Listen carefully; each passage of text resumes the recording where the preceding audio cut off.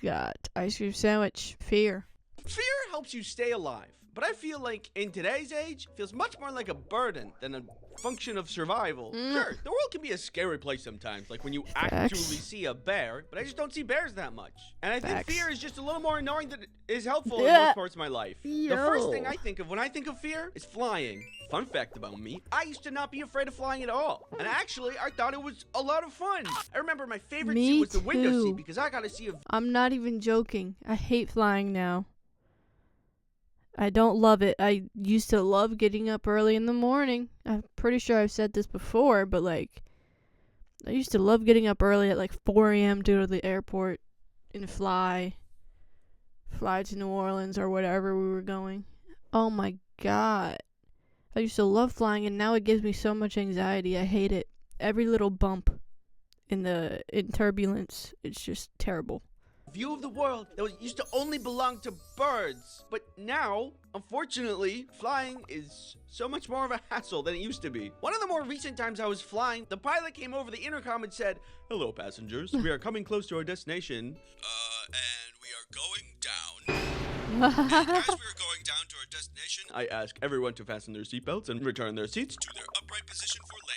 Can we work on our phrasing that a little or provide context? I respect pilots and all they do for society, but please say anything else than "we are going down" when inside a giant metal tube in the sky. I thought for a moment that I was actually gonna die. I can't totally describe the feeling of doom that I felt in that moment, but I can kind of make a facial expression that represents it.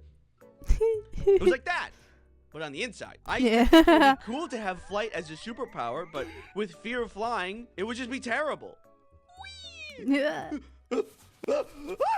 Maybe I can just walk. If you're afraid of flying, it's definitely not the only thing you're afraid of. One time when I was a kid, my family went to Willis Tower. And if you've never been, at the top of Willis Tower, there are these glass boxes that poke out of the building that you can actually walk into and look down at the city if you so please. I thought it'd be really cool to see everything with no obstructed view. But the closer I got to the glass boxes, the more my brain cranked up my fear. There's never been a mechanical failure. It's gonna be fine. Yeah, but what if it's not fine? What if it breaks for the first time when you stand on it? There's always a first time for everything. But it's maintained regularly, and look at all the other people doing it. They're okay. Yeah, but what if when you get on, a bug flies into a bird's mouth and it chokes, which causes it to hit a plane, which makes the plane crash, and the plane hits a screw on the glass box, but the plane actually recovers and flies away, so everybody's happy about that. But the screw spins until it comes out and unravels the whole glass box, and you fall?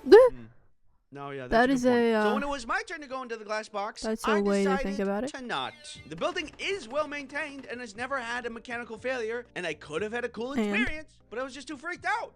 However, even if fear is sometimes annoying, I stand by my wariness of mechanical failures. Things happen. If there really are infinite realities inside of infinite universes, then that means somewhere out there, there's an Andy that met a terrible fate. Is that possible to actually have a multiverse? I don't know. It's gotta be possible, It would just be nice to be up in a high place and enjoy the view without my brain screaming code red all the time. Again, I prove my point. Fear is annoying, but not as annoying as this. Get professional care for hair loss from the comfort of your home without ever visiting a doctor's office or pharmacy with Cate. It just sneaks in the promo right there. Hair loss happens.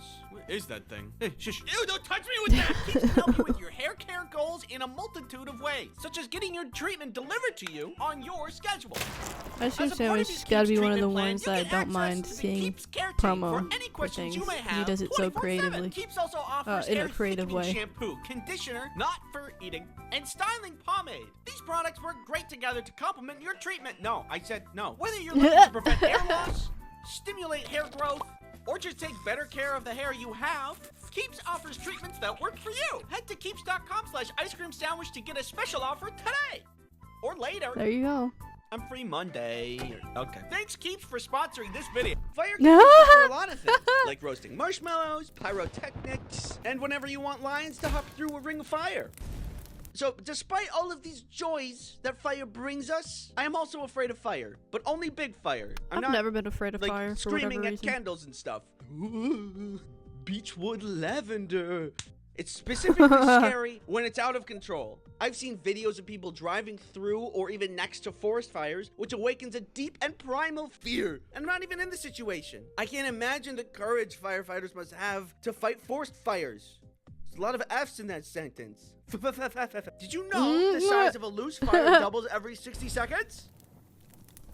You gonna put that out? Yeah, I was trying to show an example. I can't remember where I heard that fact, but it's very scary. Fire is incredible. It can feed you, it can protect you, but if you're not careful with it, fire can totally and completely destroy everything you've ever known or loved. Hey, I said past the marshmallows? Oh, yeah, sorry. Here you go. Darkness. It's the idea of the unknown. Anything could be right out in front of your face and you wouldn't know. Hi, do you want to subscribe?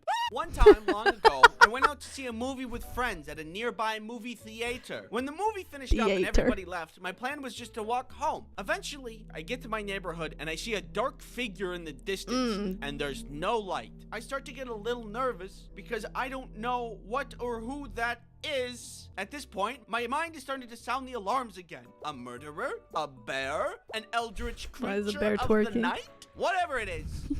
Adrenaline. As the shape gets closer, it starts to look more and more humanoid. Then I see it's a person and they're running and I think it's pretty fast and I think it's running directly at me. I am in danger. There is no reason anyone should be running at night. At anyone! I am not fighting nor flighting. I am just standing there, baked in fear. They get closer and closer, and once they were close enough... Hello. Hey. Just going for a run, huh? I figured out that they were not running at me at all. They were just on a nighttime jog. The funny thing about darkness is it messes with your sight. I don't get how people can do that, though. All the information it needs, it'll just do you the favor of filling in the gaps itself. So my brain just assumed it was getting attacked. It was just an hallucination stemming from my fear. Cool. That is the thing that freaks me out about darkness. It's unknown. And that scares me. Anyway, those are my top fears. Thanks for watching. Introducing my... Man, I love Ice Cream Sandwich, man. He's so funny. Yeah, I don't get people who go out for runs at night. I don't really... Like, why? You know? First of all, why? Second of all, why would you want to? Third of all, what for? Those are my 3 questions. It's been a minute since I reacted to Ice Cream Sandwich. Never disappointed, ever, like, in my life by one of his videos. Comment below your biggest fear. I'm not going to tell you mine, because that's never tell anyone your biggest fear. That being said, comment below your biggest fear.